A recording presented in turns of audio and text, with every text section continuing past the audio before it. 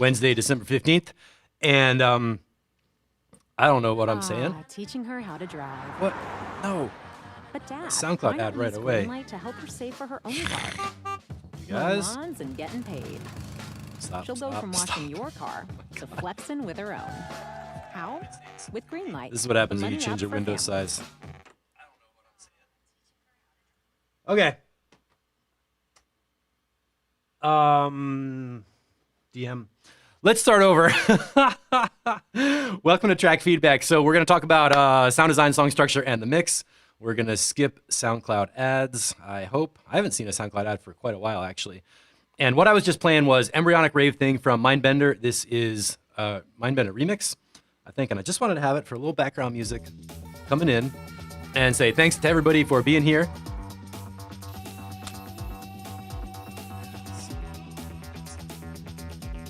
There we go. And we're going to look at the Ableton Spectrum.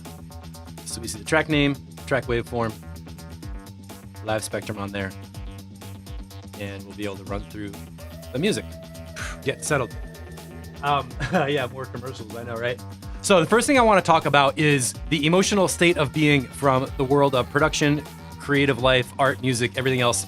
Everybody in the world has struggles sometimes with not feeling good about life or the future or the present or whatever the fuck is going on in 2021.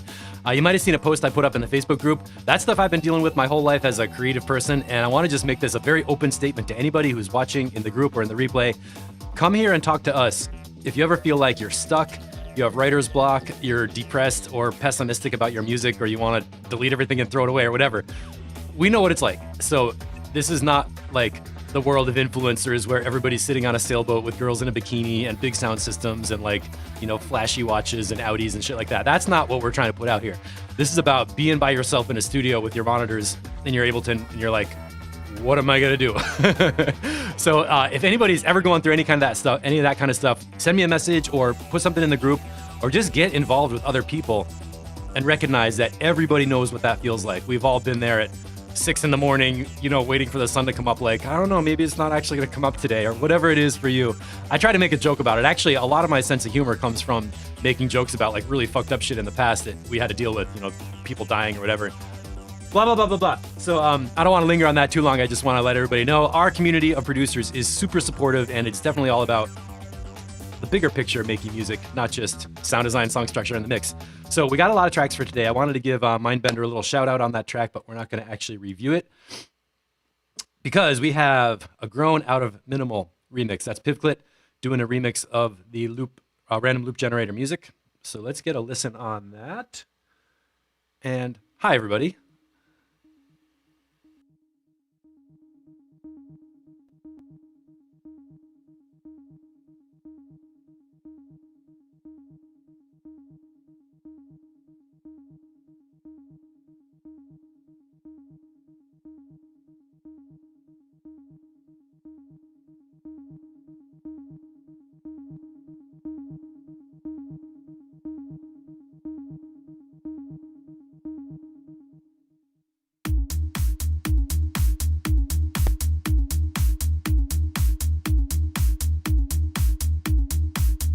All right, I had to bring up the volume a bunch at the beginning of that one.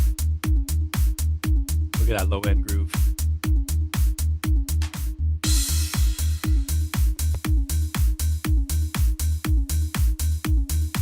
Shepherds. The death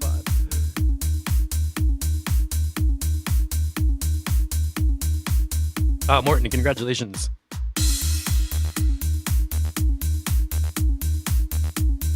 So this is a final mix that's not mastered yet. I love that little one.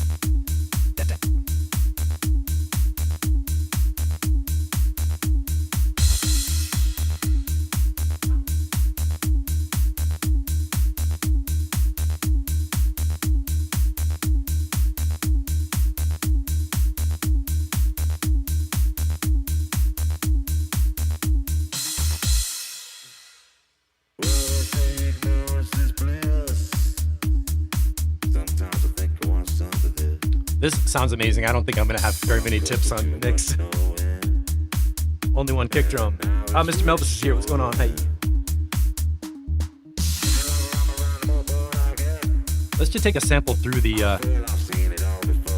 parts of the track.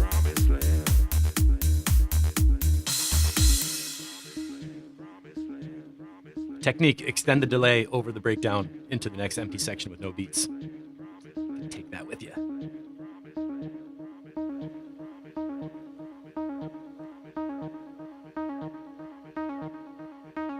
Oh, this is so good.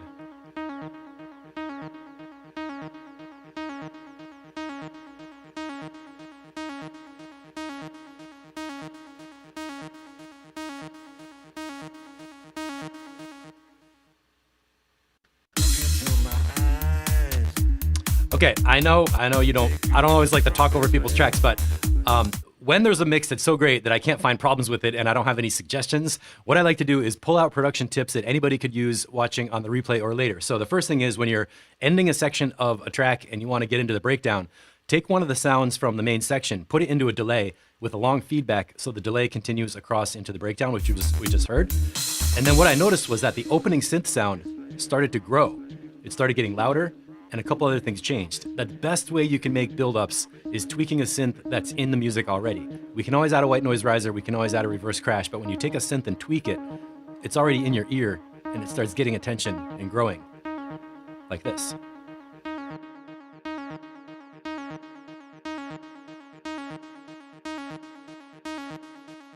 Just a volume and a filter sweep, basically, and then there's some delay coming in on it. Dramatic gap. Back to the drop. Really simple things: volume, filter, delay, emptiness, and that can make an amazing buildup. So it doesn't have to be a complicated thing. You can just take a few things, work with them to build up some dramatic tension in your track. Yeah, Piv, this sounds amazing. It sounds like ready for mastering. Let's just with that vocal recipe. That low end is beautiful.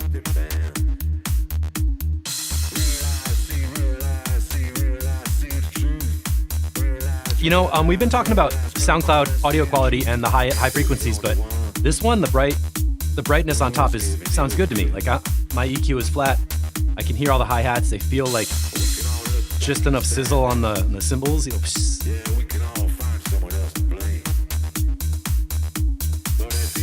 Maxime, what are you talking about? EQ bass on the left side? I'm not hearing a left-right difference with the acid bass. Maybe. Let's see how we get to the end.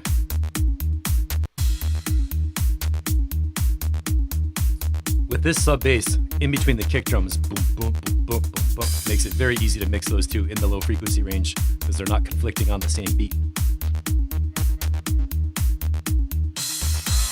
All right. From the lines, yeah, and take you to the promised land. And there we go with the echo fade out. Really nice work. We got a Mindbender comment ready for release. Mix so Mindbender can do his tube things in the mastering. I love what's happening in this group. You guys are, I can tell you're having a good time doing this. And I'm going to move on to the next track. What was that one? So that one's done. Oh, look who we got. Mark Troy remix. I didn't get a chance to listen to this one yet, but thank you for getting it in before 12 o'clock. Seriously, you guys saw me freak out last week when I was like, we got a glitch, and it was like the glitch making me crazy. So here we go.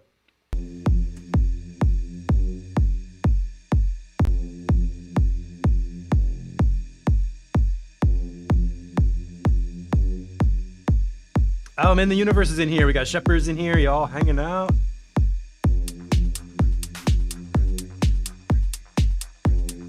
All right, there's a little sound in the background that I already love.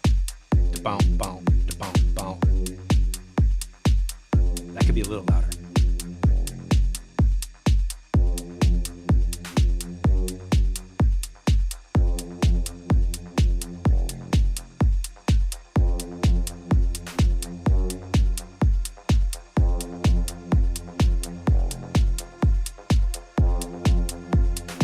Shepherds, yeah, I'm not surprised if you're cross-checking weaker sub on SoundCloud. Not surprised. There's an amazing build-up coming in. What's that sound? Yeah.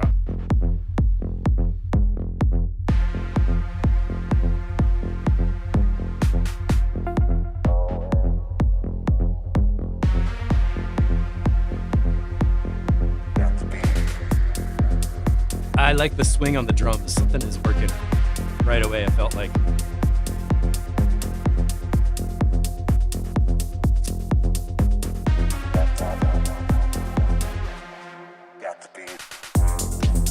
And while we're listening, watch the screen.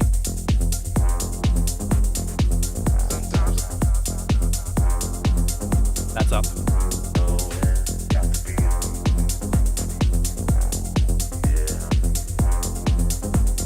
Super good flow, Maxime.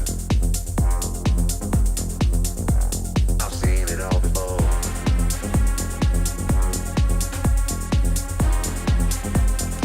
And there's less of the vocal, so we get like more deep music. I feel it so nice.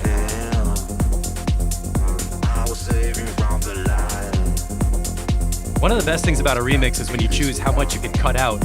You just reference the original with little snippets so people get it, but you're not hearing the whole main vocal. That's a great technique. What is building up? What's going to happen?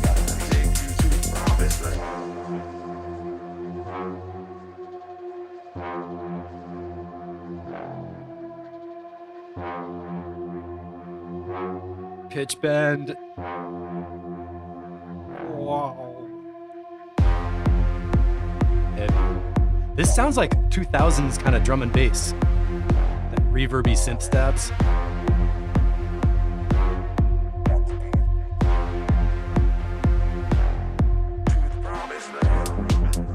Oh man. All right, I can already tell this track is nowhere near long enough. I'm gonna be sad when this ends. I'm in loop switch. Random loop switch presser. All right, super cool. So sketch idea, you're working on it, you're just finishing it. Best thing about it so far is how little of the vocal is in there and how much we feel the music without being like it's just the exact same song structure as the original, which is okay, you know, but this is cool. The swing on the beats, together with that little dun dun dun dun, that makes the beat work for me. So that little part, dun, dun, dun, dun, that could be loud.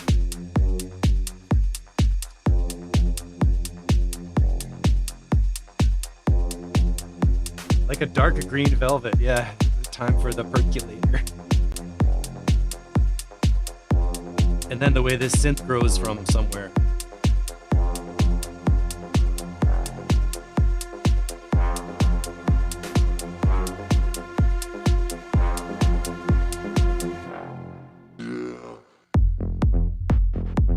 Big empty drop.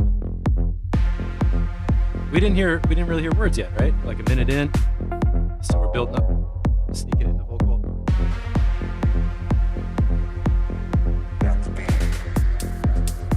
Yeah, big and empty and deep. The music is holding the center. We know there's a vocal coming, but not sure how much of it.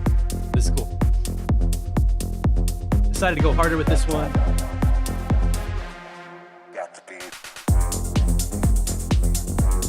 All right, cool. I'm not gonna play the whole thing through all the way twice. I just wanted to, man. So what are we gonna get? 6 minutes from this one or something? Keep going. Build out the rest of it, and bring us another mix. And that one little sound that works with the beat, make that one little sound louder, make it longer, and we might have a couple more mix notes after that. shepherdsnomersey 8 Neon remix, rocking the remixes. So okay, here we go.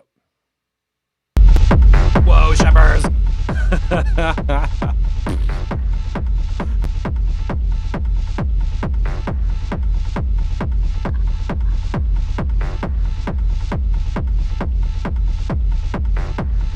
Let me start that over.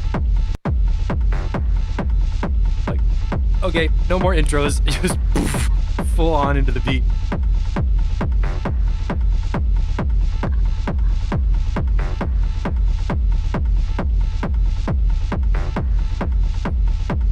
So we got 6:45.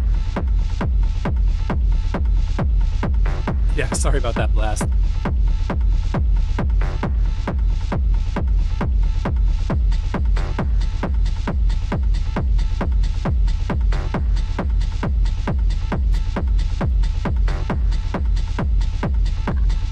It's always interesting to me that techno that feels like this has a slope that's like such a straight,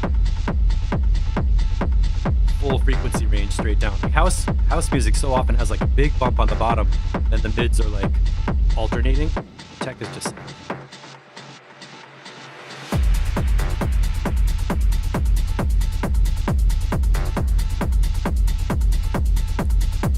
Yeah.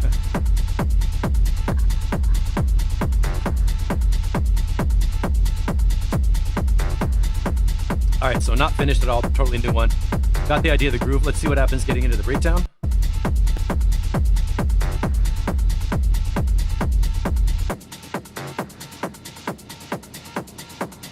All right, cut the big kick, do some pitch shift, delay effects. I like that sub. You guys hear that?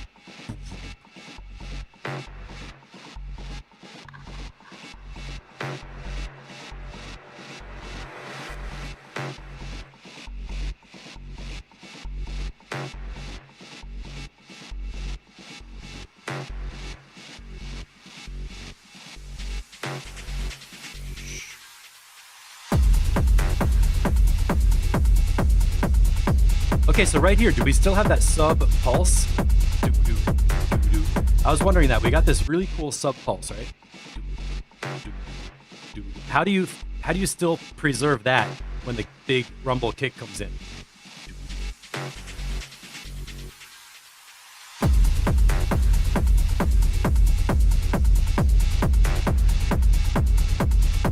I think it might help to take that low end pulse during the breakdown, bring up a copy layer of it that's like buzzier and distorted, so that when the main kick comes back in, that sub thing is going zzz, zzz, zzz, zzz. Maybe to keep it coming right through the groove. Yeah, visually looks a bit muddy on the low ends. My first response when it came in heavy, I was like a cloud of low. So there's a lot of low in here. Oh. Down, down. That's exactly what I was imagining. Down, down. That low pulse.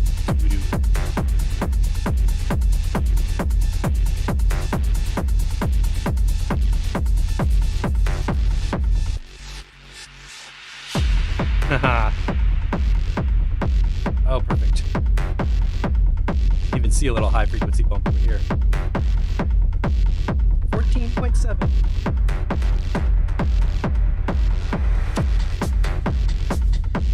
I'm going to bring up a little bit of high end on this one. There's a little like tick tick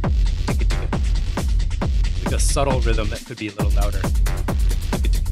Oh my god, this is groovy.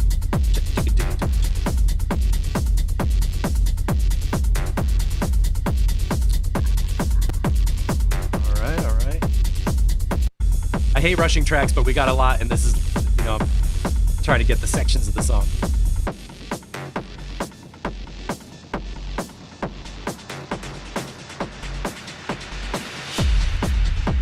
Heavy. That scratchy opening thing coming in again.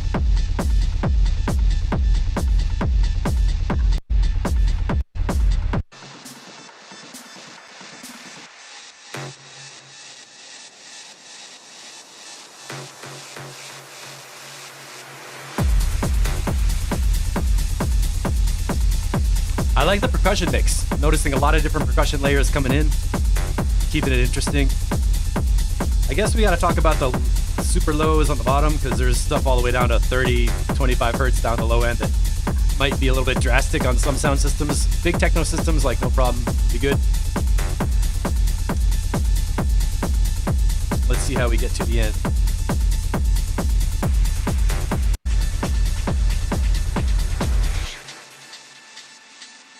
And then this gritty thread that's been going through it.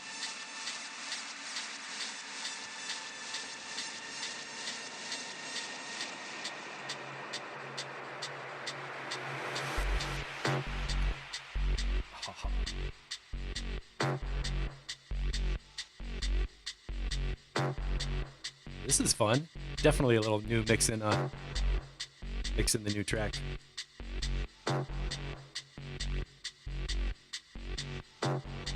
Remember when tracks all had these like warnings like, overload, system overload. I'm glad people don't do that all the time anymore, but kind of reminds me of that moment. That's super cool. That is super cool. So 8 Neon is remixing Shepherds on that one. Is that right? And that's a brand new version. So we're going to hear some more of that one. VK Underground, is that? I'm not sure what your name is. I don't want to make a mistake on that one. But yeah, the rumble may be too strong on the low end. Is that Ruben from Rebel? I think it might be. Let's keep moving on. Nice one, nice one. Cave Chaos, Shepherds. All right, cool. So this is going to be coming from QuickTime.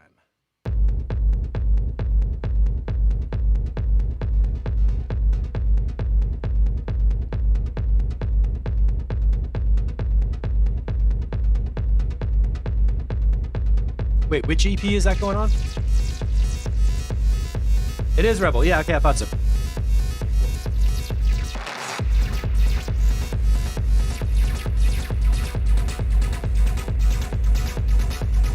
Shepherds, I like the reverb space on this synth, and up top, it's like, well, it sounds like a cave.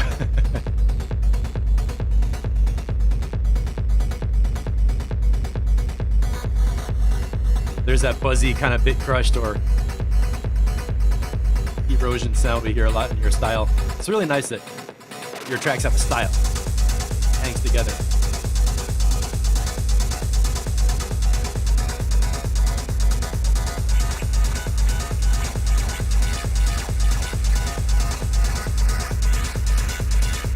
I like that filter moving around.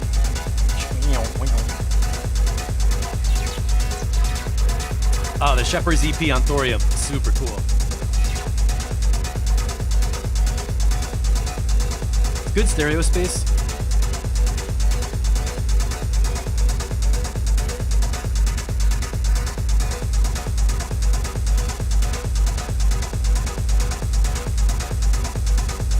Now I can't see the waveform. I'm going to skip a bunch.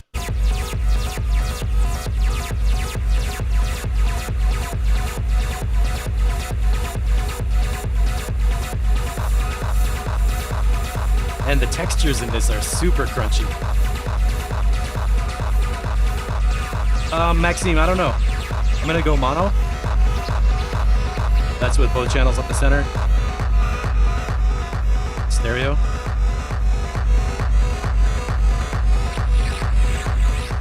It does sound like something a little bit phasey in the middle, but it's also like a flangery kind of effect, so I'm not sure how much is on purpose or not with that. All right, drums changing, bringing stuff in. That's a nice scratchy kick layer.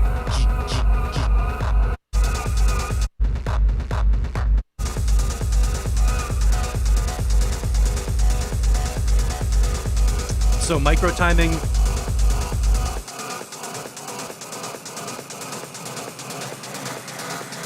Maxime, you're saying that there's a micro timing issue with the main line?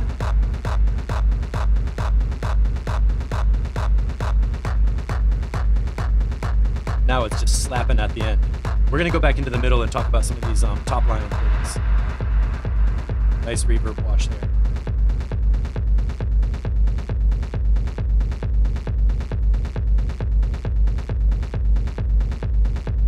Shepherds music always makes me think of like a big diesel generator running. It's like in a garage or something with a few metal pieces that are not tied down. So it's like. So Maxime, I'm curious, what are you hearing about the groove? Possibly is it a phase thing with too much effects on it, or is it which line are you hearing late? Is it like a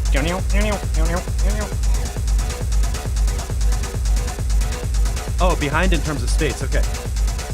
And then Min, you had a cool comment that love to hear a couple repeating synth notes here and there. Sparse but dark. All right, so Shepherds, maybe we know a lot of your tracks are just like rumble. There's like a rumble, a buzzy grind kind of a thing, and then lots of percussion layers. Is it possible you could have like a little stabby blip? Remember last week we were talking about how with techno you can make a pitch note, but use it like percussion and just hit it like a drum, like almost like a wood block would be. So you're not like playing a piano melody, but just having like a blip of sound that happens to be in a pitch. Maybe this would be a place to do that kind of thing.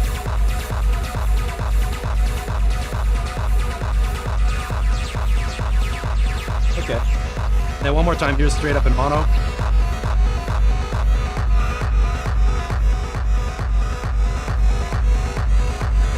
Let's go out to the ending. Stereo. Mono.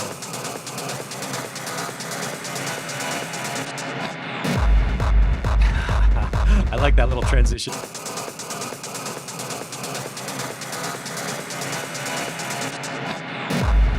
.534, it's like so what I think you should do, Shepherds, is when you're producing, put a mono plugin, utility mono, at the end of your master channel, and every once in a while flip on the mono switch, just listen through and make sure that your reverb, it's a big reverb, make sure that your sounds are basically still transferring through in mono without getting washed out or radically changing volume when you switch from mono to stereo. That can be hard to notice because when it goes wider, check this tail. When it goes wider, your perception changes.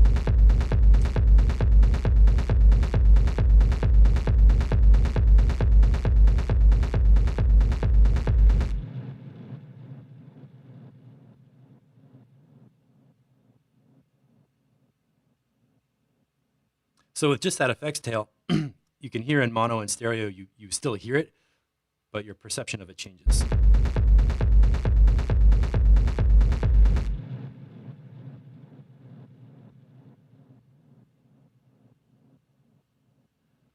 Hey guys, let's hang out in a cave and listen to reverb. Come to my live stream, we're gonna listen to reverb. Great track, Shepherds. The best thing, I say this again and again, is that it's like you came from somewhere that has the same style. All your tracks, they totally fit together in a set.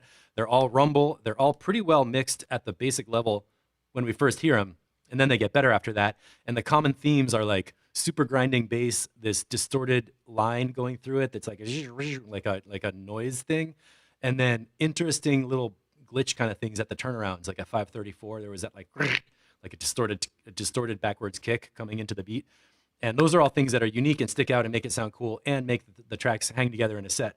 So you got an EP coming out on Thorium Records, and maybe we get some live DJ sets from you, or a DJ set with your tracks. That might be kind of fun. First rough mixdown is always in mono. Dang. Good. Okay, let's keep going. Shepherds, you sent me the whistle version 3. I'm going to play this again because we missed it last week, and now I have it on QuickTime. So let's just see what we got. Oh, and also, by the way, I had to change my left-right mix, the 2 faders on the last track, on the effects at the end. I think maybe the effects were not centered. So maybe that's something people are hearing with the phase thing, is just like if it's not centered in the main mix.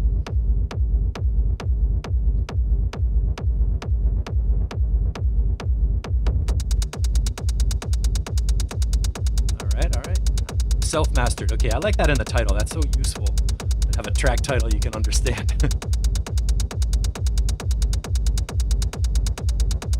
Oh, I like the synth line, right?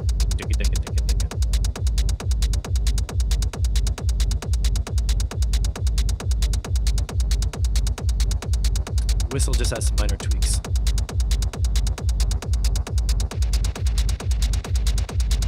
Yeah, ramping in the layers is cool. Techno can have like long progressions where sounds just ramp in, and suddenly you're like, whoa, that sound's taken over. Like the caffeine in my bloodstream. Ooh.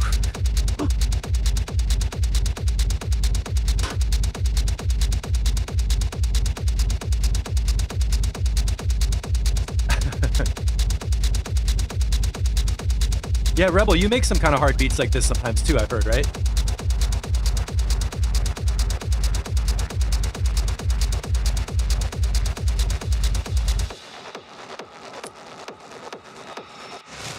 All right. So one of my favorite things to talk about is how to make transitions and how to make events in the song. Electronic music is cool because it doesn't have to ever have a structure. Like pop music is like 3-minute track, verse, chorus, verse, climb, bridge, whatever. Electronic music doesn't have to have any particular format, I say, but you got to have events. The most basic event is like an intro, a climax, and an outro. And then after that, there's breakdowns and stuff. So I love looking at how people create moments in the music that are either leading into a breakdown or coming out of a breakdown back into a drop, because those are 2 things that you can always pull tips out of that will work for other genres, even if you're not making this grinding like sound. So let's just go back and see what was going on. There was this sound that kept like ramping up in a slow volume increase, and then some other things happened. That sound, it's like it's getting louder. Something went up into the effects and went whoosh. And we got a swell, right? What was that?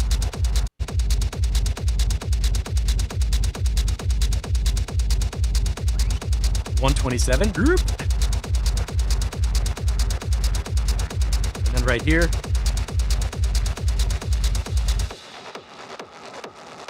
And we're left with that one sound. Quick break and it comes back in.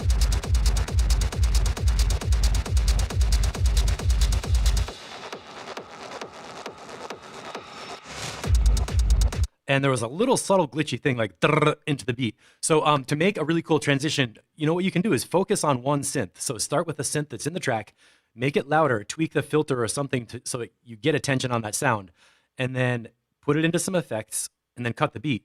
So you have a moment where everybody's listening to that one synth that you were just tweaking. You're like, here it is, I was tweaking it, and then drop the beat back in, and you'll have people focused on that one like moment. It's a really good way to direct attention through the track.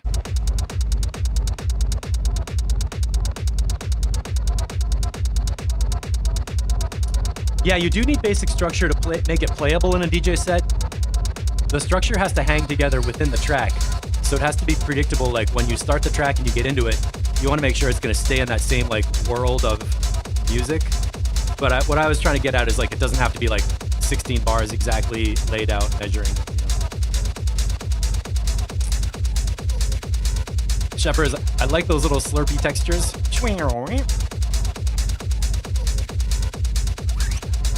That stuff's fun. And let's get through to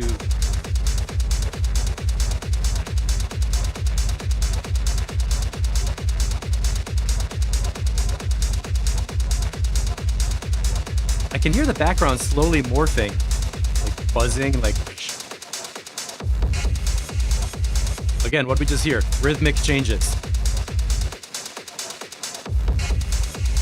Boom, boom, cocoon.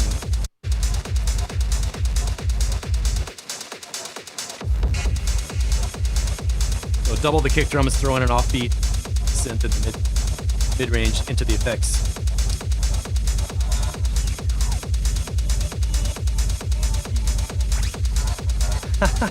The sound design is so cool. There's like little alien things flying around. And let's see, how do we get to the end of...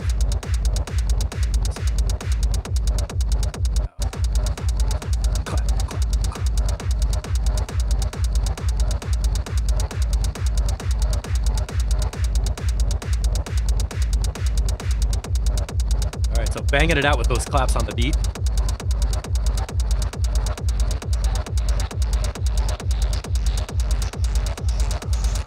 That riser again.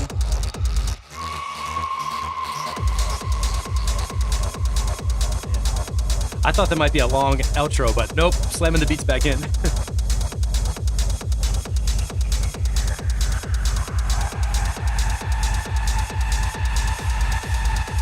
Yeah, constantly tweaking. That's when you have just a certain group of sounds and it's all rhythmic and there's not like a melody or chord changes or whatever. What you do is just constantly tweak stuff so things are always moving and kind of coming to the front and receding to keep it interesting.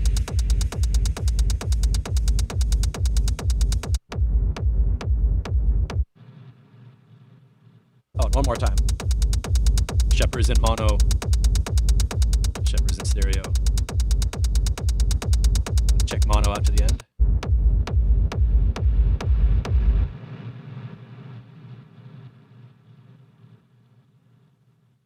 I hear more high frequency in stereo.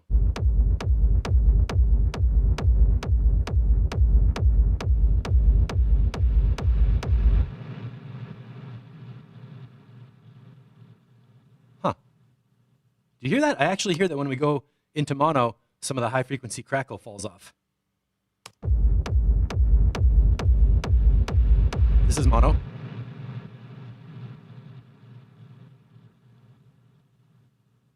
That actually might be a high frequency phase problem. Because if I hear more high frequency in stereo, we collapse the mix to mono and some of the highs disappear. That would mean there's cancellation happening with the waveforms. Trying to draw waveforms, I figure. I know I'm totally nerding out on stuff, but this is what I like to do in the jams. The jams, OSP coming with the jams. Brand new remix, so people are hitting the Realize hard. DJ Waters had an hour of DJ Patchy earlier. All right, here we go.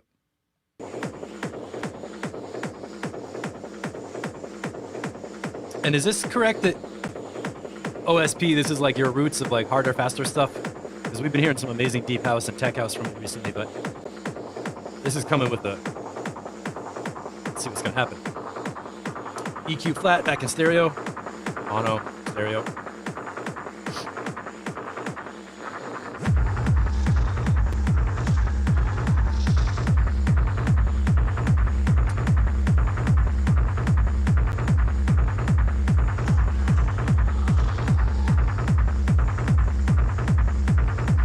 Is this like 150 BPM or something? Faster than 140? This feels fast.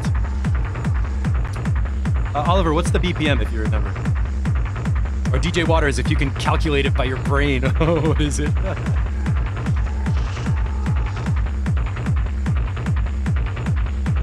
Super cool rhythm. All right, I want to go back to that. There's a sound. Chicka, chicka, chicka, chicka. And it just got a filter sweep growing to get louder. Chicka, chicka, chicka, chicka, chicka, chicka, chicka, chicka. Listen to that sound. Right here. It gets brighter with the filter kind of opening up, leads you into a new percussion layer coming in. 150, yeah. Oh my God, OSP is the same person as Shepherds. Now we know the secret.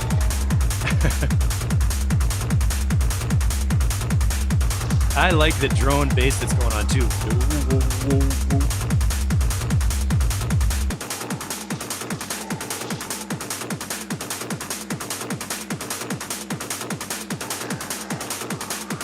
Yeah, the bass line with the toms.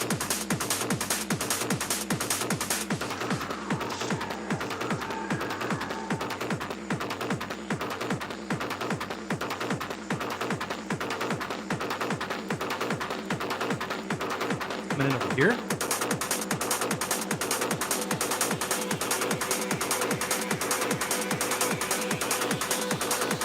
Ooh, that's a slow creeping in sound. All right, that could have been louder. That drone, it felt like it started a little too late and wasn't loud enough at the peak. So maybe if you start it louder, we'll notice it sooner and it'll grow bigger right here. That's a cool sound.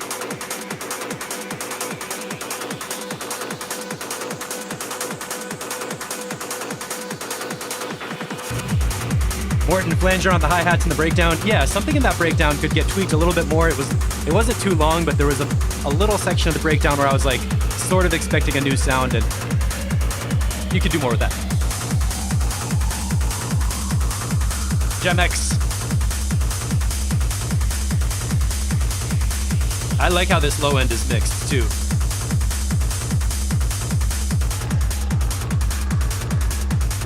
It looks like the note C around 65 coming in between the kick drum. Maybe we'll get that solo later. Oh, you guys like the green screen of me in front of the, I took away the circle thing because it was a little too big.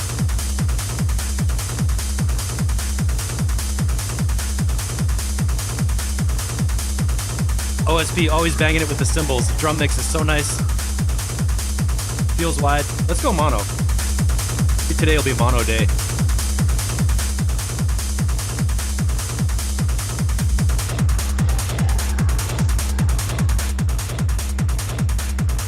And by the way, I point out those extra kick drums. So good.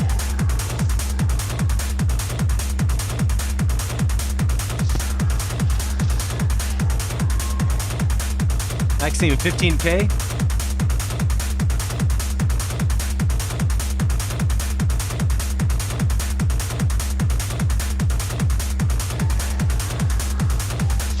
There's SoundCloud right around 15K. By the way, everybody, use Spectrum Analyzer. Look what's in the little box. When I move my mouse on the line, you can pull out exact frequencies of sounds we hear. So I have it set up so you can see the spectrum, hear a sound, find the exact frequency by using the mouse, and even relate that to MIDI notes in the little box, which is really, really useful. All right, this track is totally slamming. Little break, back into it. Oh, my head is at 15K on the spectrum. There, I'll use the SoundCloud low pass.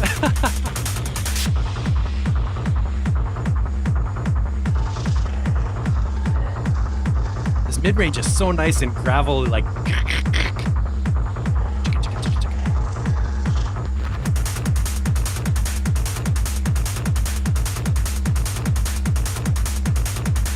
And that bass drone is perfect. I feel it the whole time. Ooh, ooh, ooh, ooh. Just really, really nice. Did we get that? I was wondering if there's a place with no kick drum and only the bass drone thing.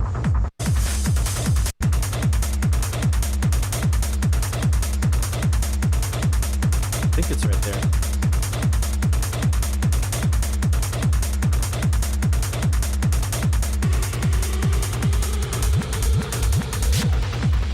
That was cool, some backwards beats.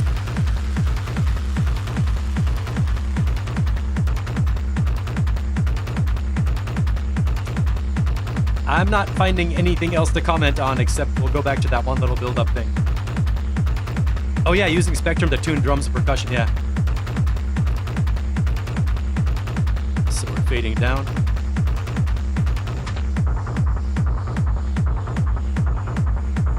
Now I do hear some kind of flanger.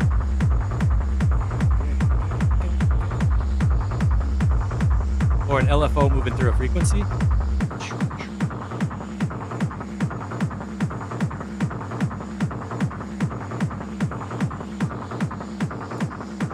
Randy Adams, yeah, sounds like drum code. Yeah, yeah.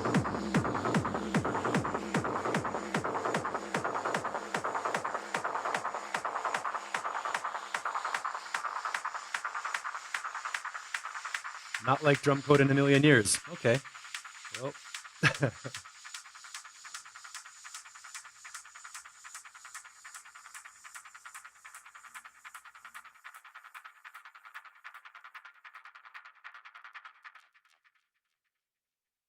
Oh, that was fun. Did you hear that little at the very, very end?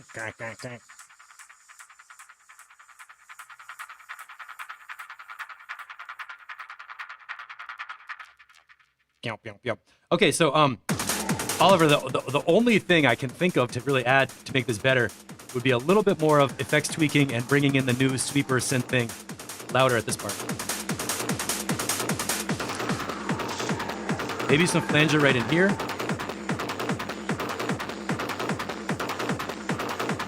In fact, I do hear, okay, at the very end I made a comment, I heard like something like a flanger or possibly an LFO moving through frequency around here.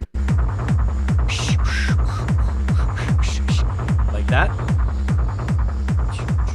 Now that I know it's at there, I could hear it here earlier. But could you make that more obvious or?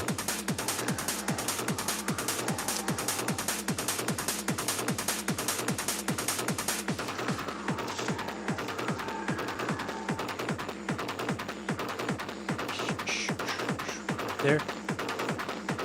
And then this sound ramp again should come in louder and just get bigger. So it's more like, yeah. And those three little drum beats. Da, da, da, da.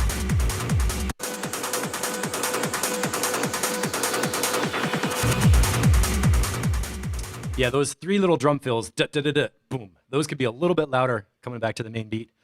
Details, and Oliver always brings in tracks that are like pretty much ready to go. Yeah, not everybody could play that track in a set, but it sure sounds good. So Canada, I think we did this one on Saturday, so I'm gonna move to people who put in super new stuff. Caesar's not with us in the chat right now, but he asked me to play this, so let's see what we got. Master down.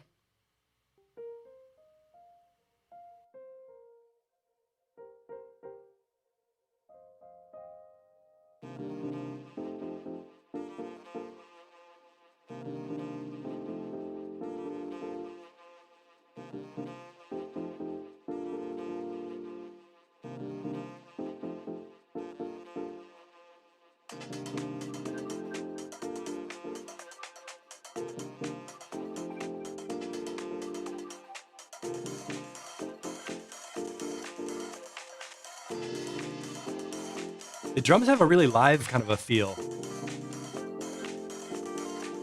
There was this band, Tortured Soul. I don't know if anybody saw them. 3-piece of bass, drums, and keyboard. The drummer was a singer, and the drums always sounded like this, of a really like live feel, which was super cool.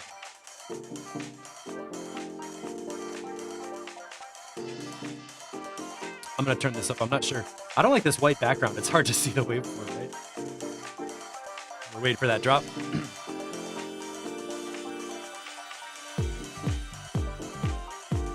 All right, now I'm pushing it up.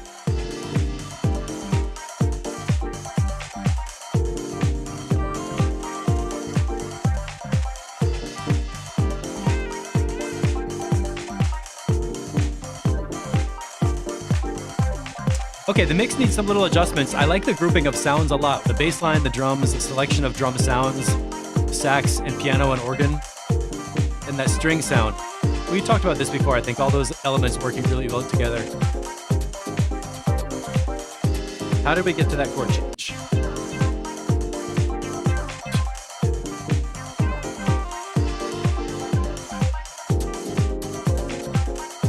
Okay, so at 141, we got a different chord change. Okay.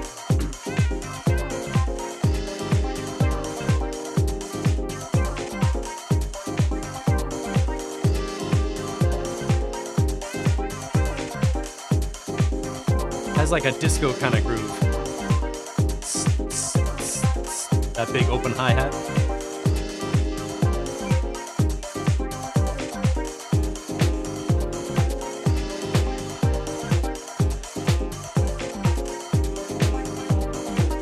I'm trying to think of some suggestions for how to get between the two chord progressions to make a clear A and B section of the track.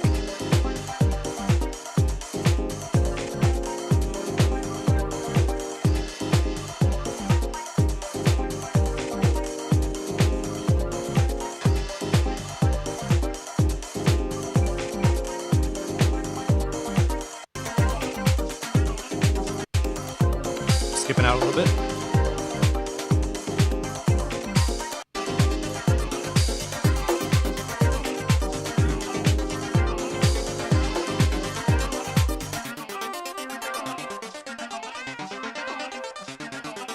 I like these sounds. What I would do is work with the drum programming more to define the sections by having like snare drum buildups and a crash at the moment when you change chords, or something rhythmically so that the dancers who are in the groove are going to be like, oh, something's coming, and then they drop into the new chord progression.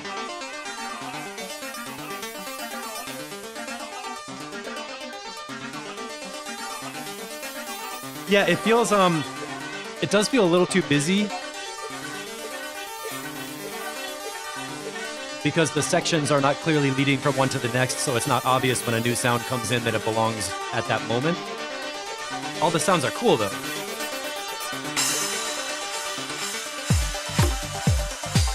Like that's a good example of something that feels chaotic is there's a crash before the beat drops in. I would avoid doing that. Like get the crash on the kick drum as an event, like a moment in the music, so that we're like being led into that song section. Because the crash out there by itself, you know, in a live show, you could have a drummer like 2, 3, 4, and then hit. And it could make sense, but in this listening context, it didn't quite make sense.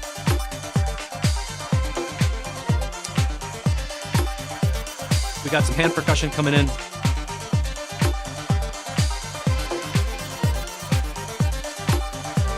Which is a little bit loud. The hand percussion is really sticking out as a bunch louder.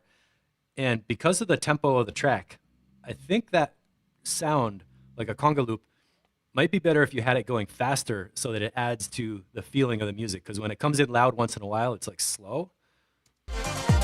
right?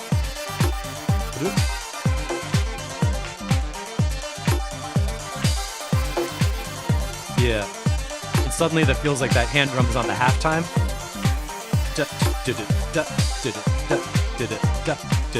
If you like double time that conga pattern and bring it down a little bit in the mix, it'll get more of that bubbling thing. As I beatbox conga drums.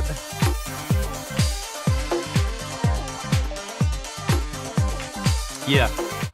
It does need to get some cleaned up kind of effort.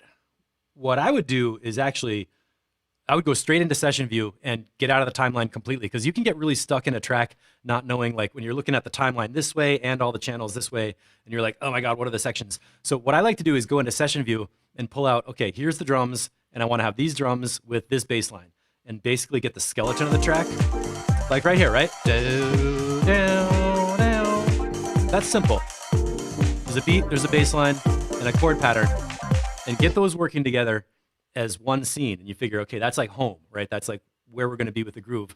And then copy the scene, make another scene, and add in one more layer and see, okay, and the question you're asking is, what's the minimal number of sounds I need to keep this track working?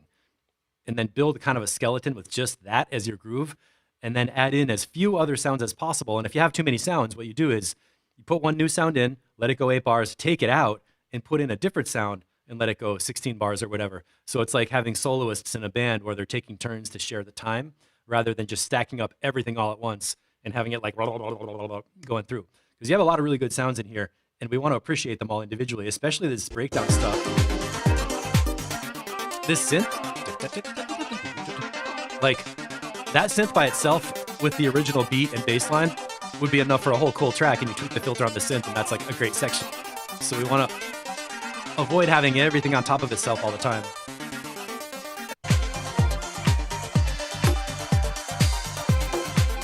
And then like here we have those strings coming in on top, which are a high frequency sound appropriate for the peak climax of the track.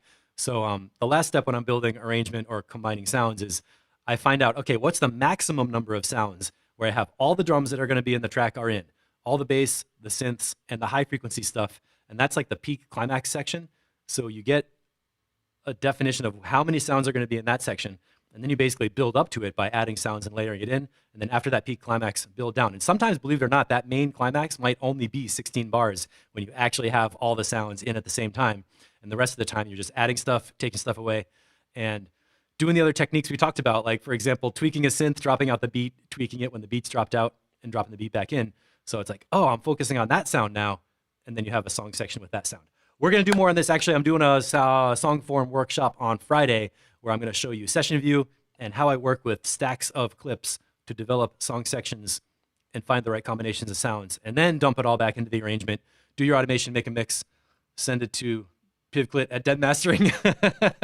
Or Morton Mindbender actually has been making some pretty fierce masters lately. And just giving a little promo to people in the group. So Oliver, try to higher or lower the arpeggiator 1 octave when it drops to get it more out of the way. Yeah, shifting sounds up or down 1 octave can make a lot of space in the mix and make things work together.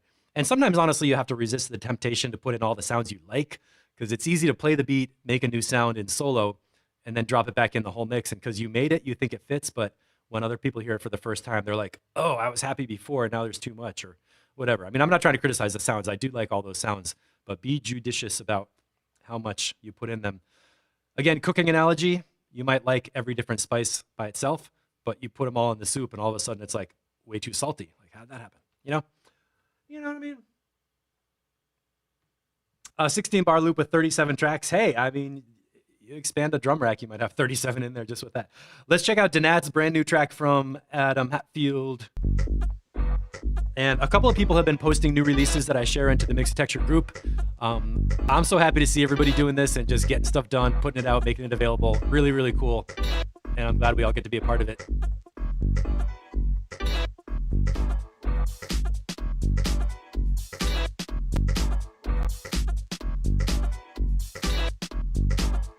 This boom bap almost has like a boom bap, boom bap, boom boom bap, boom boom bap.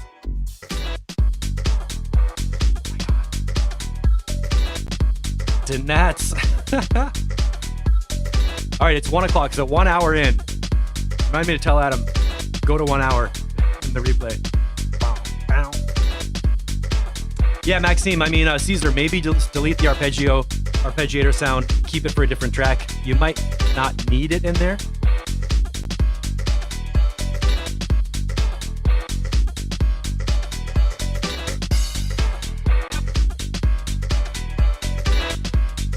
That piano is cool because it's a very bright sound, but it's playing low notes. Which means playing a low piano part, but EQing the low frequencies out of it, if anybody needs to hear that verbally. And that second channel is a little loud. I hear some before.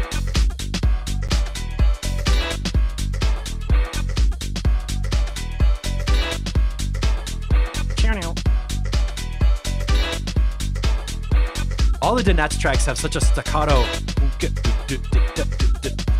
It's like there's something happening on every eighth note, kinda. Oh, we got Komodo Breeze. Oh, I got your track. Yeah, Bouncy Groove, man. I hear a little vocal chop.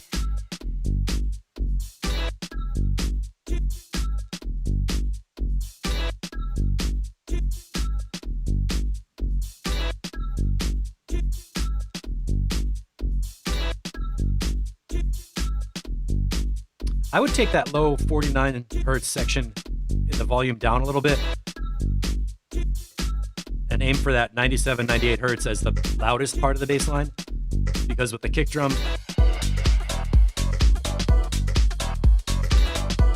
this bass line is around 100.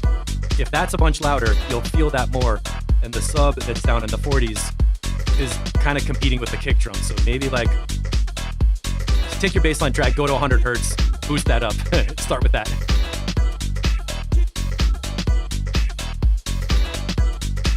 And then possibly take a shelf down. You know, it might be fun. Take a low shelf EQ with high resonance and take the shelf down up to like 85 or 90 and have the resonant bump boost at 100, you know? Like that little like opposite thing.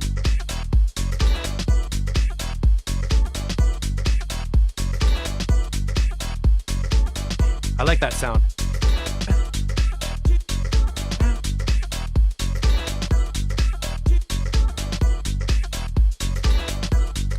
Letting the days go.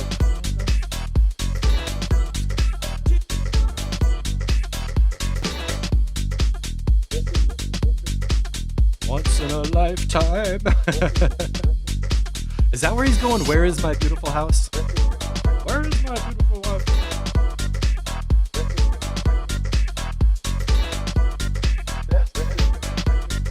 Wait, is there a ride cymbal in the background the whole time? Yeah, I hear it there. Okay, so around 3.5, 320, I'm starting to feel like we could use a louder percussion layer, like that ride. Not like you have to make it into that 909 techno kind of thing, but some little percussion layer around here, because we've been in this groove like for a while. Oh, good. Okay, that changed. Morton, what are you going to do to get a bit more open sound in the lows? Can you tell us a little bit more about how you would create that effect? Because that's a great comment.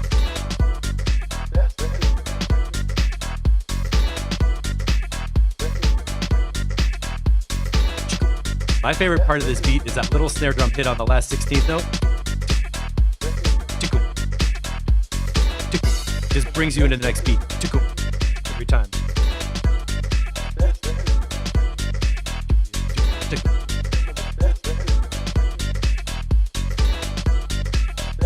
Aha! Maxime, there is space for another layer in the mid-range to make the track evolve.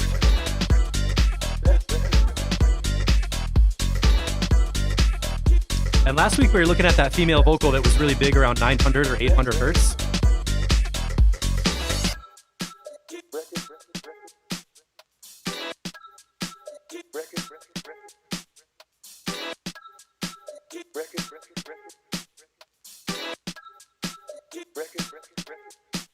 There we can see some little vocal chops around 600.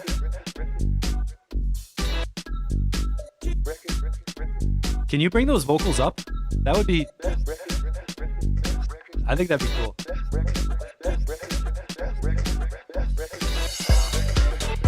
And that is how you use a reverse crash to get back into the beat. One more time. What else is going on? Vocal chops, delay.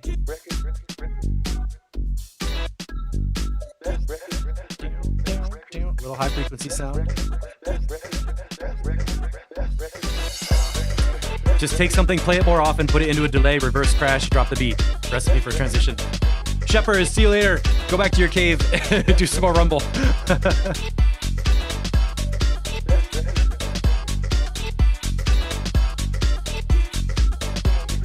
And let's see how we get to the end of this one.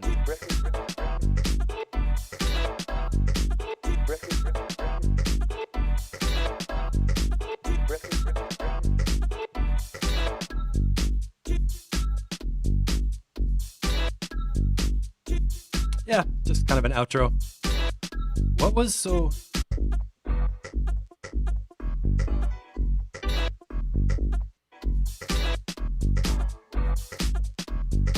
Okay.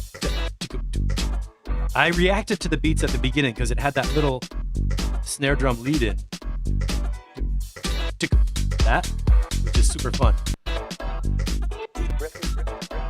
Oh, that's still there, okay. Okay.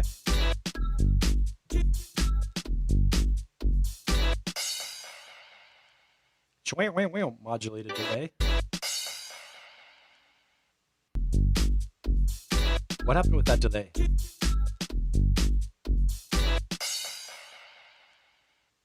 There was like one tap up front and then it went wide. That was cool. Dinettes, watch the volume on this one sound. That was the biggest thing that I thought was a mix tweak you need to do. And watch the replay for all the other things because there were some good tips in there. Super bouncy, super great groove. I like how the drums feel a lot. And wait, who else do we have that we didn't? We had a bunch of mind bender. Who are these clowns here at the end? Okay, Morton, I'm going to skip these until the very end because we played a bunch of mind bender already. And there's only so much I can bend people's minds in one day. Damn it. Recently closed tabs, doink. And I was not trying to get rid of DJ Waters. So we'll go through those. And Kimono Breeze. I probably should have played this after Shepherds. Let me bring my master level down. And version 5, is this the newest one? Ian, let me know if I'm missing something because I know we played this before. Actually, yeah, let's play Jesse's track. DJ Waters, Ian, let me know if that's the right track to play version 5 on Taste of the East.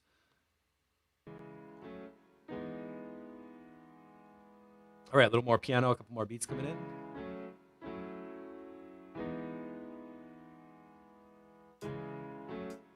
Oh, my history's hopefully all SoundCloud links. I don't know what else you might have seen in there.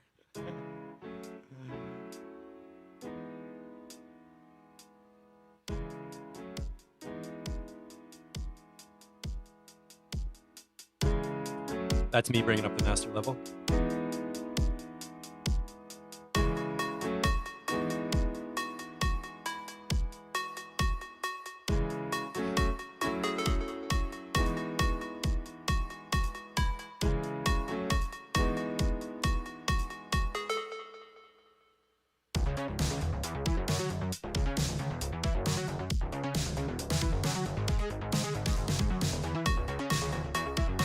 Classic Kimono Breeze with some break beats and some 80s kind of synths. Morton, where are you seeing clipping?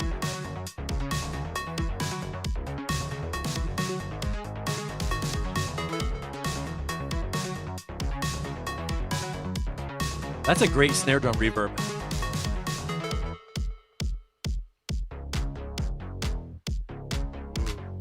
I'm gonna go up with the bass EQ a little.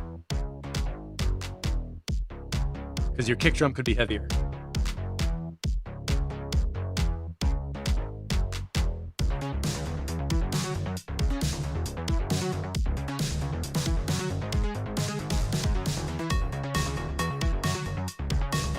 snare reverb is big and then short, so that's a gate. I don't know if it's a gated reverb, but it feels a little bit like that. Let me see what's in the highs here.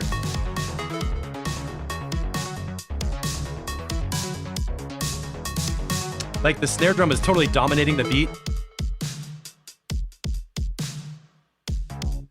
But the hi-hats I think should be louder. Because they're... Hi-hats are not getting enough love.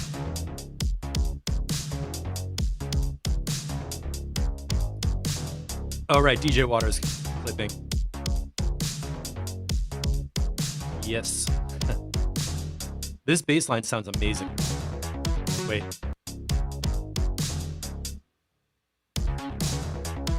That gap was a little empty. 1,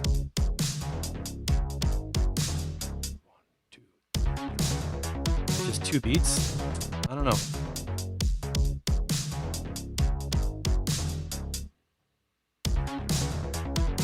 Could you do something in that gap so it's not so empty?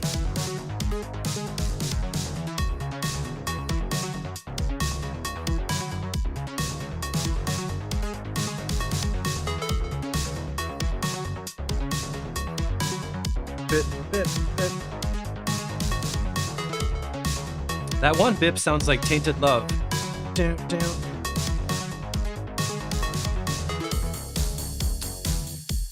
Ooh, we just totally went somewhere else. Wait, what happened?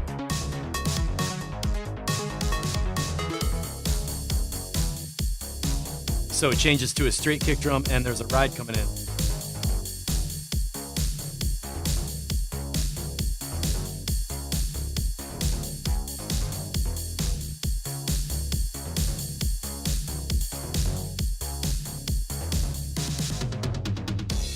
Ooh, spicy. What is going on?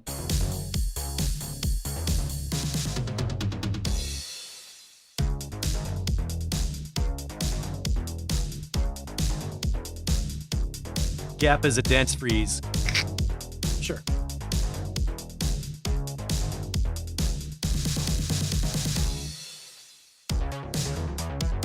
Feels like you're playing around with a whole bunch of different ideas for a track and it's not in place yet because the way that groove worked, when we went to the straight beat, it felt like it could be the whole track that way.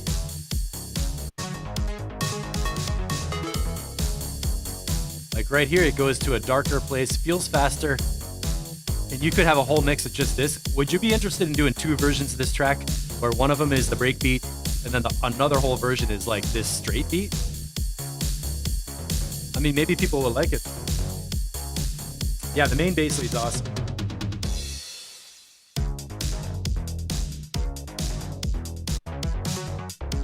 And back to here.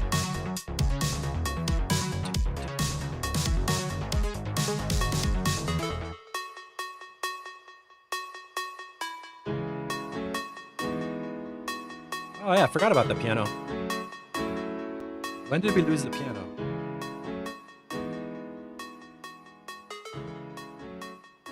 Let's go back.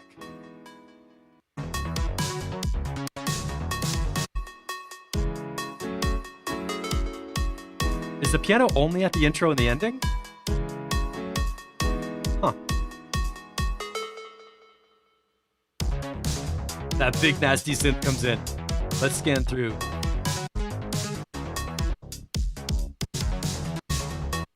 Huh. I didn't even notice the piano was missing. That's a great example of using one sound up loud to take the whole middle of the track and not trying to jam a piano in with a synth with all this other stuff. There's like a bass sound that's really full, a little blip melody that's short, and we don't have the piano on top, so.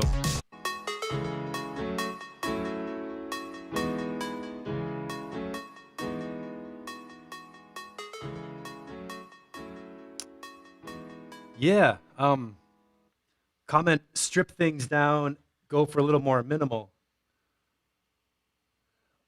There's some pretty significant opportunities in this track. Like the breakbeat with the bass line is a whole track by itself right there. Then there's a straight beat with the bass line, and then you have the piano part too. That's like 3 different things that, the way it's arranged right now, it works if you're listening to a bunch of music where people are used to changing things and it's like this happy fun thing. which is closer to the pop world, let's say, like faster changes, more unexpected surprises, and we're not staying in the same groove and in the beat. But if you were doing this in like a breakbeat set, and then you go here to this ride cymbal and straight beat, people are going to be like, what? You know, that drum feels cool.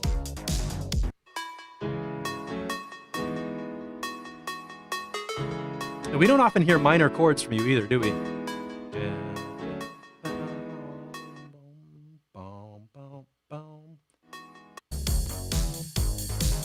What's that like? Down, down, down.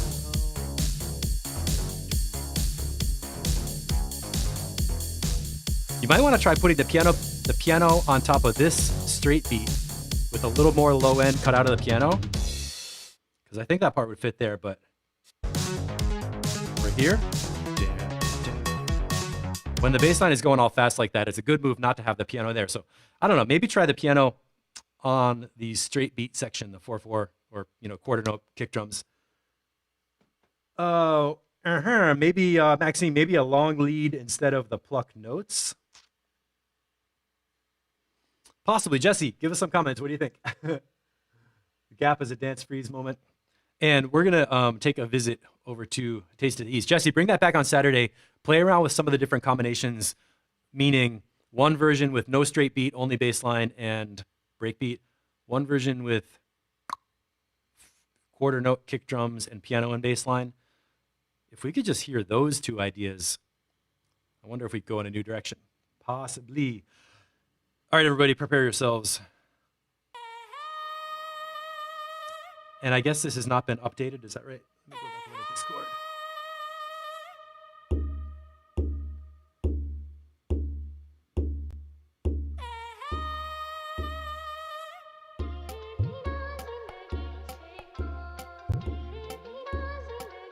You just have no idea where it's going to go at this point.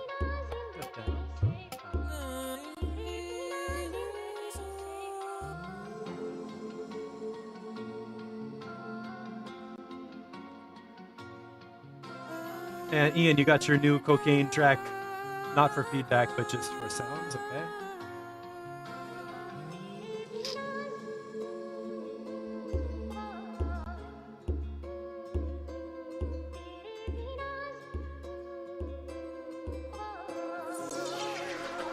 And now,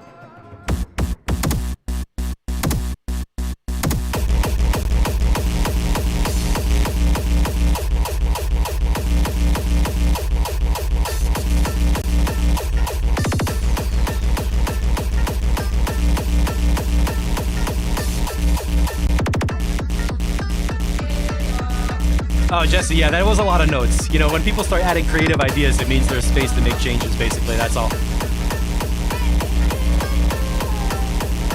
Yeah, Ian.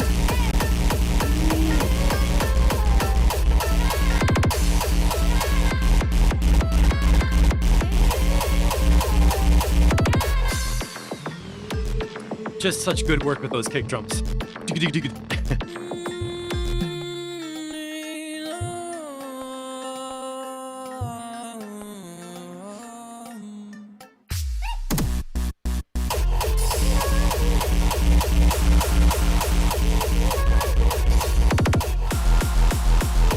I still think the vocal could be louder here.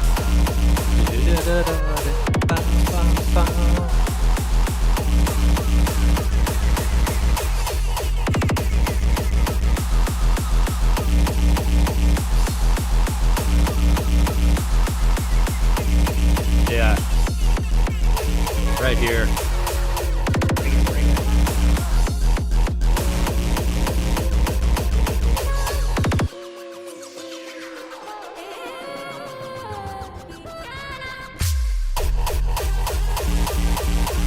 So you can see there's this chow, chow, chow. There's right in from, I don't know, let's say roughly 500 to 1,000 hertz and a little above. The female vocal was popping up around there, and you also have that chow, chow, chow layer. So if we get more of the voices louder, they're going to come through.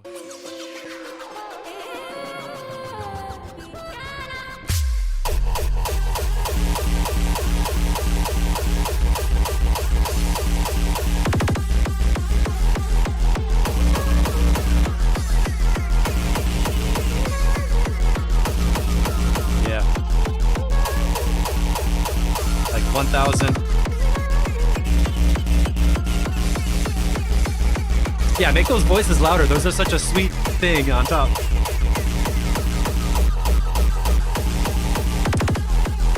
DJ Water has only wanted a hint of the vocals as he liked the noise more. I know, we're always telling you to put in a clap, make it predictable, put the vocals louder, and you're like, no.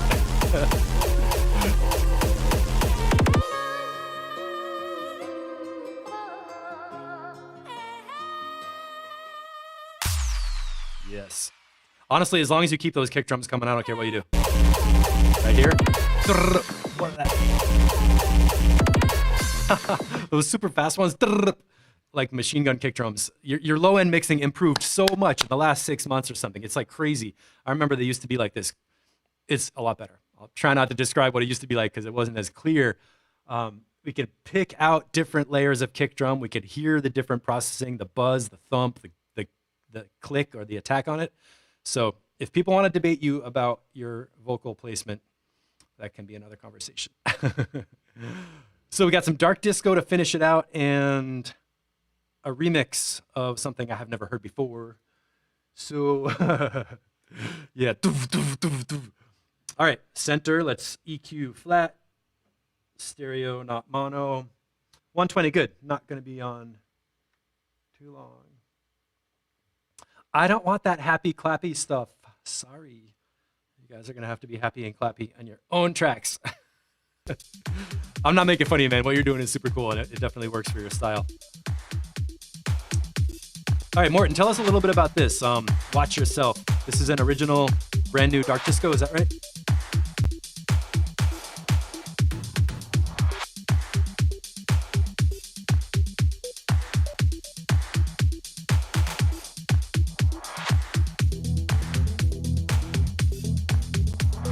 Nice tambourine coming in there.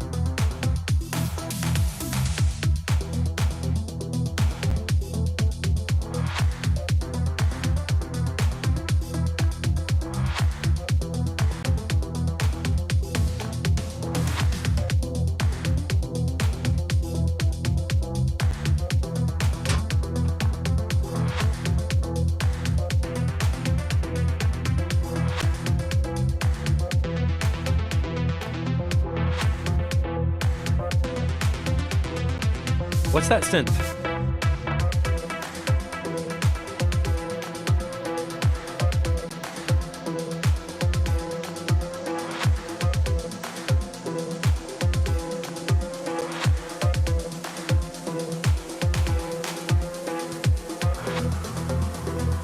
Ooh, the sub comes in nice.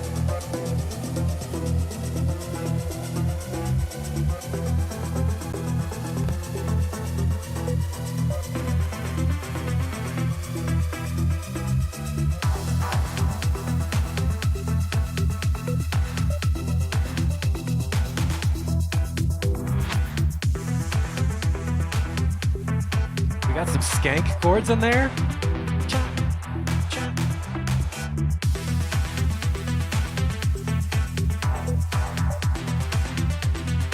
Wow.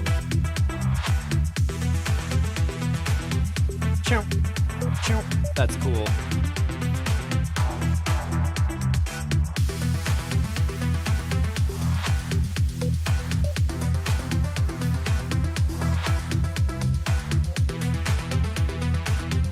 I'm taking the highs up a little bit.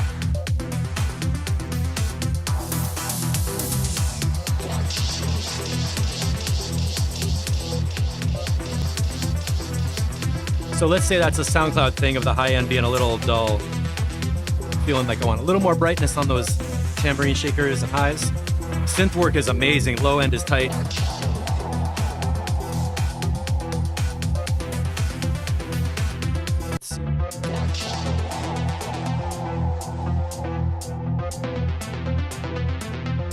Ah, Morton's back. Hey. Kick drum is so nice.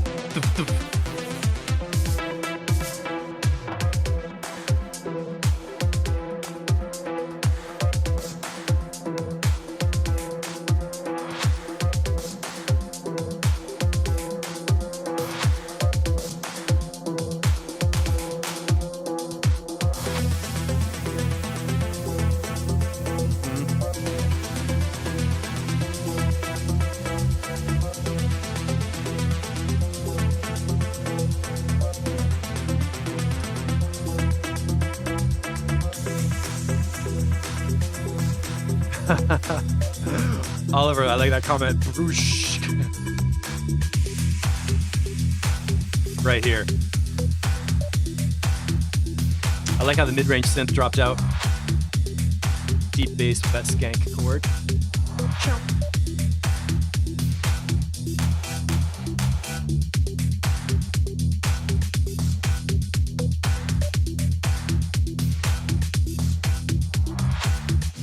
Okay, the idea was to make a dark, overcompressed disco track with a motor bass. Right. Filtered out most of the bass except the lows. Definitely working right here.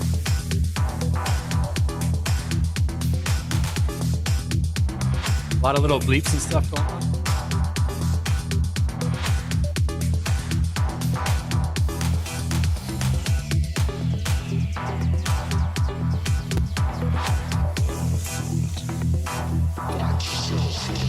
Watch yourself.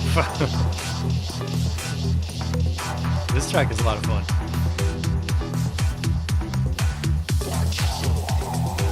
The M1 organ bass, whoa. That's gotta be a pretty low octave you're playing down there.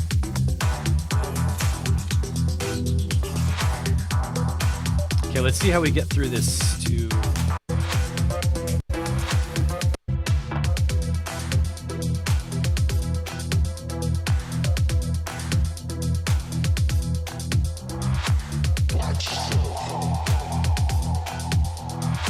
I like those delays in there.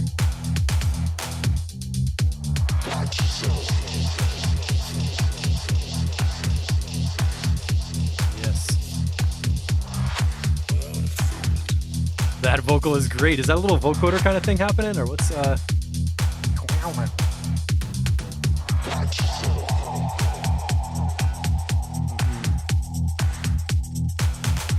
Great swing with the tambourine.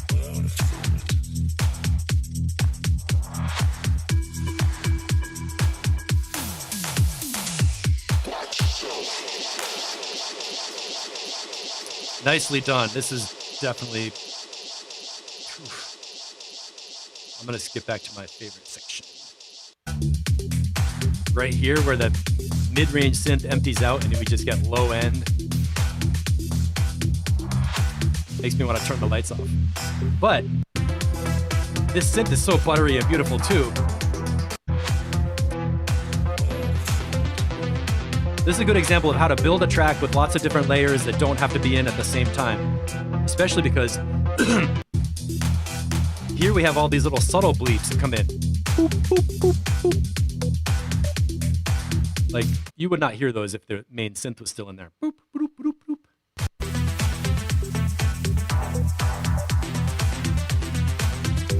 They're in there, but I didn't appreciate them until here. You know what I'm saying?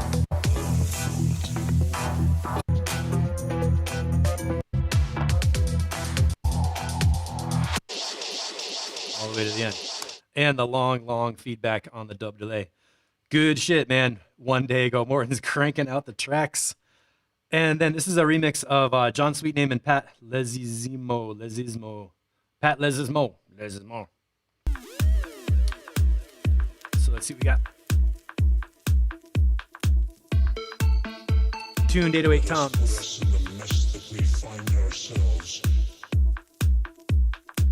My name symbolized all that was corrupt to society.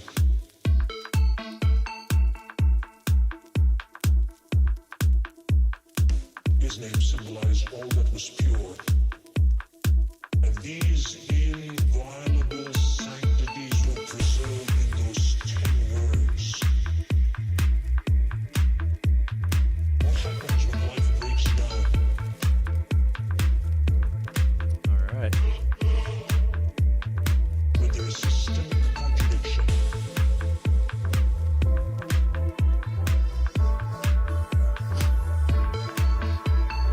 And it is the desacralization of all of these. It's fading in.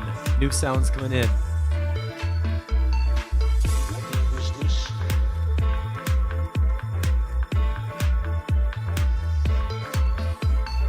Let us put us in the mess that we find ourselves. My name symbolized all that was corrupt to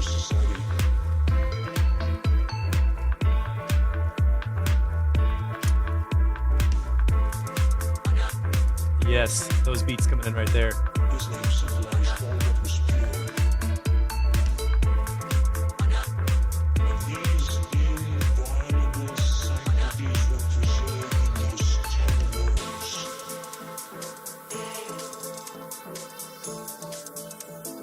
What happens when life breaks down? And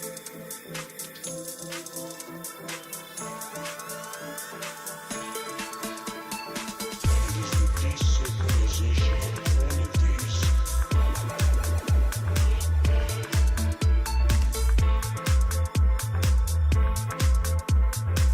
What love is this?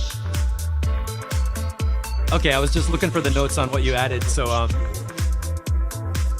these filter movement, flanger effects, bass line at the ending, a little shorter. Okay. This is one of those updates. It sounds so good right now. I didn't notice obviously what was different. Like, what? with their systemic contradiction. I hear that flanger now. Yeah. And it is the desacralization of all Hi-hats sound great. What love is this? Those snare drum fills What love is this? could be louder. Yeah, those little snares right before, they're a little buried, so maybe bring those up. What is your string sound, by the way? Desacralization of all of these. What love is this?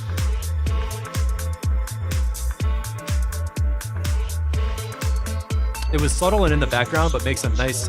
I think of like a violin like that as like a thread, like a little tiny thread coming through the top of the track. Sanctities were preserved in those 10 words. Yeah, that bass line, right?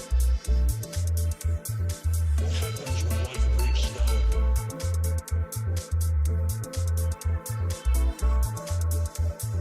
When there is systemic contradiction.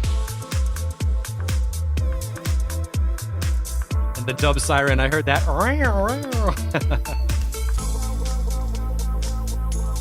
Yeah. Now we're in the B section, yeah.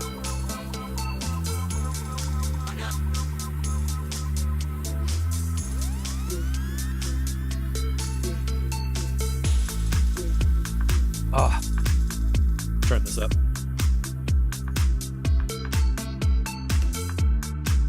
Give you guys a little bit more. And these inviolable sanctities were preserved in those 10 words. That clap is smacking.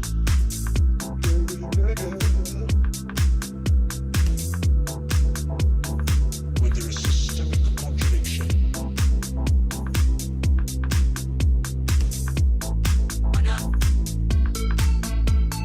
This part. And it is the desacralization of all of these. Got me doing the happy bounce.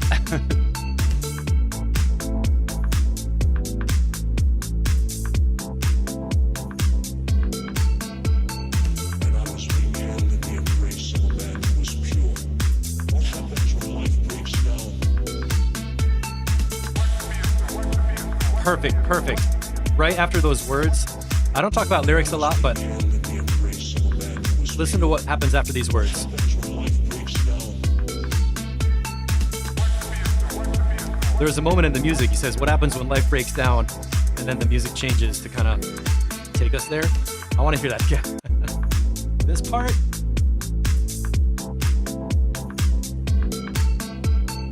And I was being held in the embrace of a man who was pure.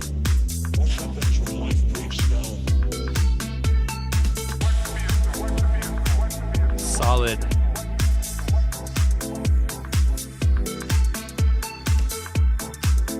The piano is like nice and kind of subtle.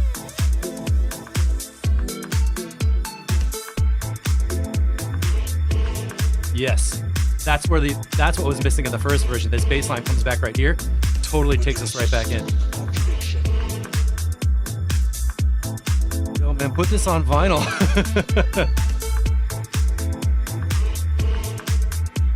What a good ending for track feedback this week. It looks like we got about a minute left. Morton, one little section back over here where the snare drum fill could be a little bit louder. And then if anybody else has comments, maybe change some things. But this sounds amazing and beautiful. So to take us out for this week,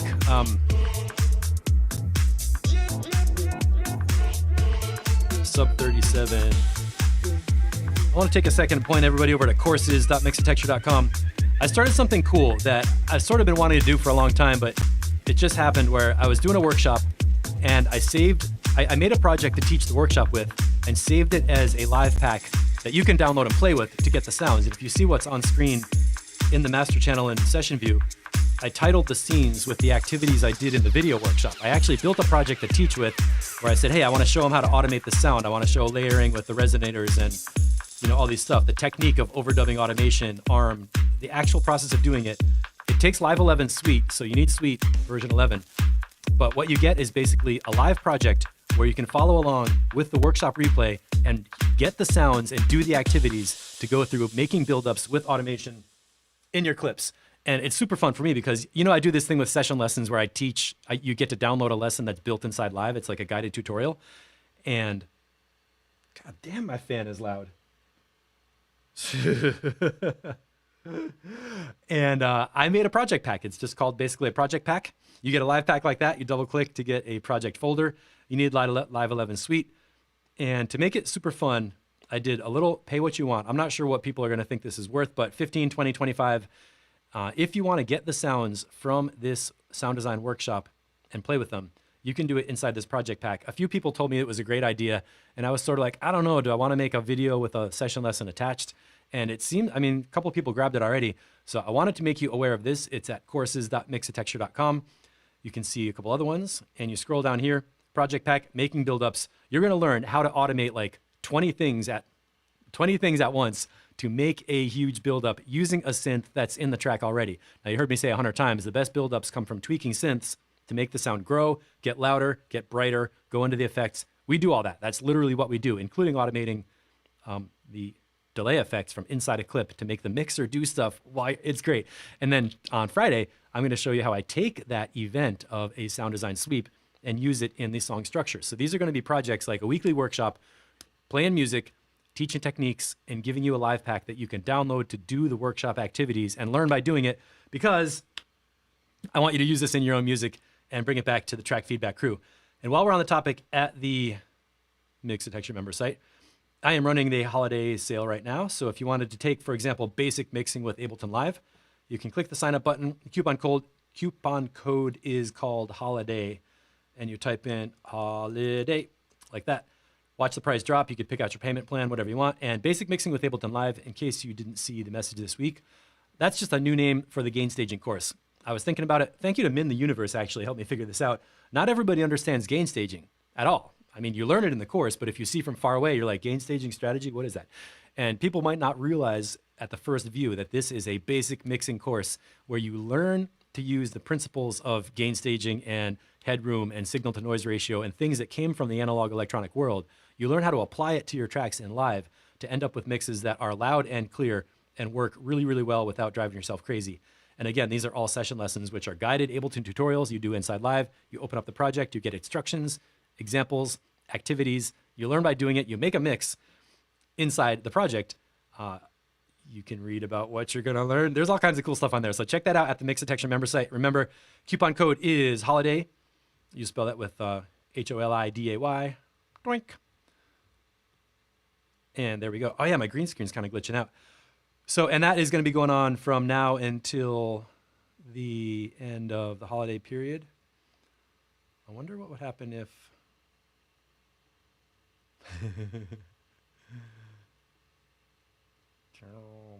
See if I can make myself go invisible. Now I'm just fooling around with that. You know what I really want to do is I want to go back to that last jam and take us out with some of this groove right here. So hey everybody, thanks for watching. Thanks for hanging out on Track Feedback, spending time with me, making updates, working on your tracks and sharing them. And especially, I think the number one thing I like the most is seeing the chat and the comments and how much encouragement people get from each other. Remember at the very beginning, I started off saying, hey, a lot of times people feel like you're kind of fucked up in the head and you don't know what's going on in your world. That's what it's like to be a producer, to be struggling to take something creative out of yourself, put it out there in the world like a little baby turtle on the highway, and get it done. And that's what we are all about, is supporting each other to get space where we have time to make music and get it done and put it out in the world. No matter what you're going through in the rest of your life, there's always going to be music, and we're always going to be here. So get in touch, let us know what you need help with. Check out the member site. Sign up for basic mixing if you need some help. That's a great course. It's really going to pull you forward. And by the way, I forgot to say, anything anybody buys this month, you get an automatic 1 month free in the Track Feedback Crew, where you can share your tracks on Discord, get them reviewed live, become part of the community, and basically make some progress with your music. So that's going to be it, everybody. Thank you so much. Morton, this track is making us all groove. I know it. And see you on Friday at noon for the song